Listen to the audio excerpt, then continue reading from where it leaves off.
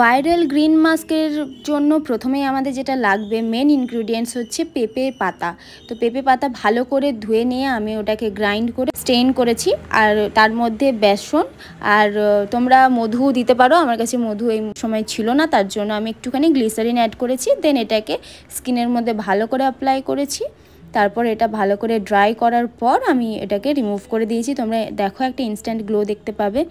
তো পেঁপে পাতার মধ্যে পেপাইন এনজাইম আছে, যেটা ন্যাচারাল এক্সফোলিয়েশন করে, পোর্সকে আনক্লগ করে, স্কিন টেক্সচারকে ইমপ্রুভ করে, pigmentation and dark spot reduce করে। এছাড়াও এটা rich in antioxidant and vitamin A, C, E, যেটা একটা ন্যাচারাল হেলদি গ্লো দেয় আমাদের। Antimicrobial and antifungal property থাকে, যেটা আমাদের অ্যাকনি বা ব্রেকআউটসের ব্যাকটেরিয়ার সাথে ফাইট করে। তাছাড়াও এটা অ্যান্টি এজিং হিসেবে ভীষণ ভালো কাজ করে। এটা আমাদের কোলাজেন প্রোডাকশন বুস্ট করে, ডার্ট পলিউশন থেকে আমাদের স্কিনকে প্রোটেক্ট করে। মানে এটার কি কি গুণ আছে আমি বলে শেষ করতে পারবো না, তোমরা চাইলে গুগল করে নিতে পারো। ভীষণ একটা ভালো মানে নেচার থেকে আমরা খুব ভালো একটা জিনিস পাচ্ছি, যেটা এতদিন হয়তো আমরা এতটা জানতাম না।